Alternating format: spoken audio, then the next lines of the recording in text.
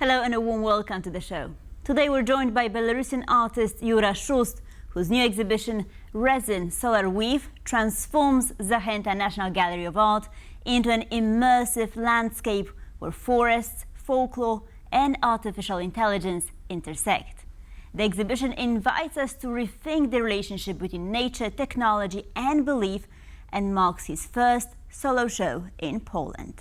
Hello and welcome, delighted to have you with us. It's a pleasure to be here. Thank you.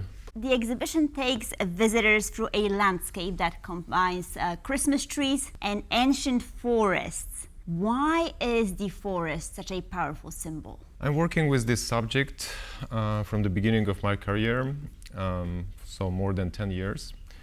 And this dimension or department, a natural department, plays a very important role in Eastern Europe in general, and particularly in Belarus, where I'm coming from.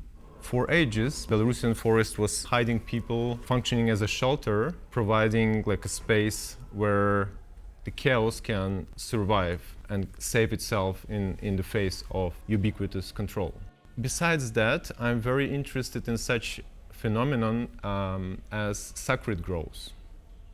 So once we are talking about pre-Christian times, there are many notes or ethnographical data that describe the forest as a prehistoric form of a temple. So people would go to the forest and they would pray in the forest, in a way connecting themselves to the universal dimension or the cosmological dimension of life.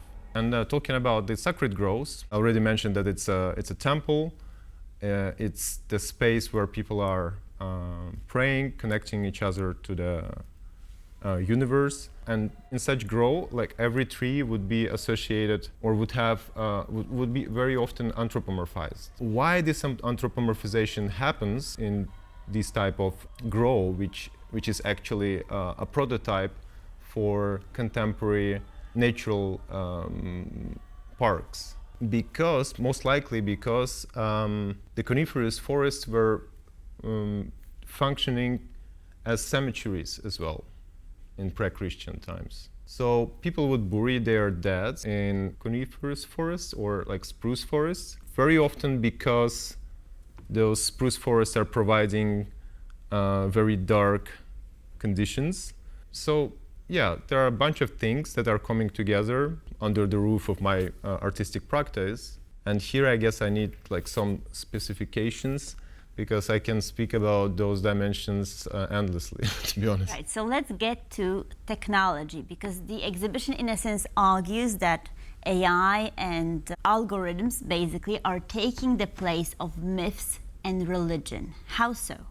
Not taking the place, but it's the new form of a myth or the new form of a religion in a way, because we also need to rethink religion once again. And once doing so, we'll very often find ourselves in that domain where religion is not something spiritual, but it's rather a technology that has been used by higher forces to control and administrate the land or biopolitics. Today, algorithms and AI or AI-driven algorithms, in a way pursuing the same goals or like following the same pattern or same trajectory.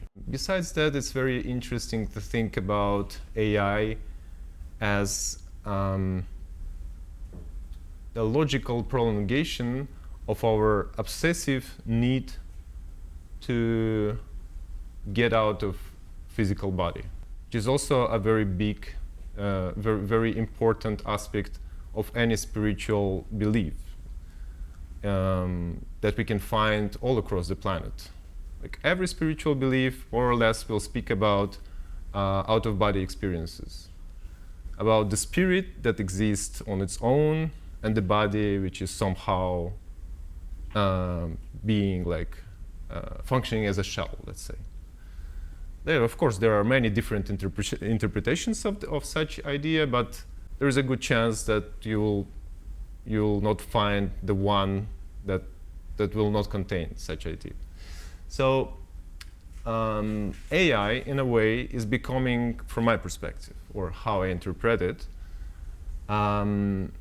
is the prolongation of the same pattern, the same trajectory, where AI is becoming this type of informational entity which is living or liberating itself or stepping out from the hardware, or like leaving its hardware and start functioning on its own, like in an autonomous or independent mode. Of course, we are not talking yet about AGI, which is global intelligence. Here we are talking rather about AI, like a simpler or like less advanced version of it. And it's rather an agent. It's still an agent. So we can influence the agent, we can somehow direct the agent, we can somehow navigate it. We still have control over it. But it's obvious that this control is very limited, or becoming more and more limited. Jura, so we see a lot of new technologies or technology taking on new roles. For instance, even political projects such as the Liberland, where the blockchain plays the central role. How viable are such projects in your view as an artist? Should we be worried? Because they're slightly dystopian. They're definitely dystopian, and here we need to consider probably how much funds are spent on the development of AI versus how much money is spent on the security aspects of this development. And it's incomparable numbers. As I know, it's like less than 1% spent on security aspects. So like learning more and more, or like researching the past, let's say, it's becoming obvious that we basically don't care. We're just pursuing our obsessive mindset, which is an indication of something bigger that we cannot explain. So what I'm trying to say is that separating technologies from nature is not probably the right way to go, because it's obvious that they're interconnected and there is no clear border.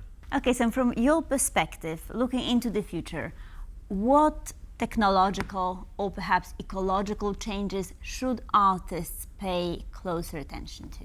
There is a project that I'm founded at some point. It's called Saliva Life, and it's mostly focused on nature technologies, symbiosis or relations. And this is the project where I'm actually trying to highlight, or not me, but like our team, trying to highlight the aspect that we find valuable.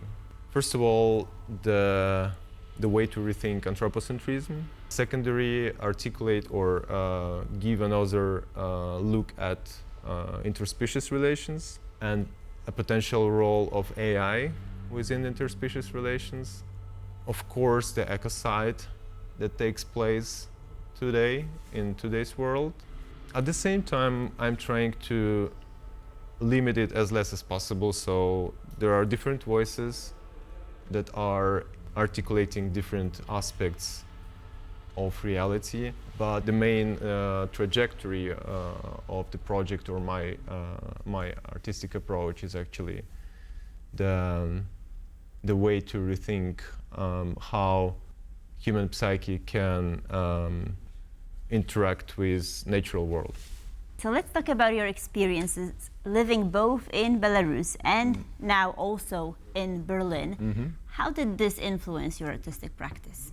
Berlin is a very interesting place. It's absolutely broke economically. The German bureaucracy, it's another thing to discuss. I'm still learning about it. But the social dimension of Berlin is very advanced, is great. So I definitely find lots of treasures there, and like in social sense. But at the same time, it's really hard to find like an economical balance there. Talking about Belarus or about my motherland, I left the country pretty long time ago. I spent time living in Lithuania, Belgium, and then I ended up in Germany. So, to be honest, since I'm not really visiting the country, and I'm much more often in Poland, I start seeing Poland as Belarus that never happened. For real. Like I really feel so. Because I understand the language, even though I don't speak Polish, but I understand a lot. I speak good Belarusian, even though the bigger part of our population is unable to, unfortunately. But here, yeah, I feel like at home in a way. But this exhibition is your first solo show here in Poland. Correct, yeah. So why now? What are your hopes connected to it? First of all, it's a great pleasure to be invited and to have like a first museum show in Poland, or my first solo show in a museum context. It's definitely something very valuable and something, as far I know, very rarely happens to Belarusian artists. I don't know what to expect from it, but what I can say that it was a great pleasure to work with Michalina Sablik, the curator of the exhibition, who actually invited me to realize to make this project happen. I'm thankful to the whole Zachęta team and all the people that were involved. So let's see, I don't know.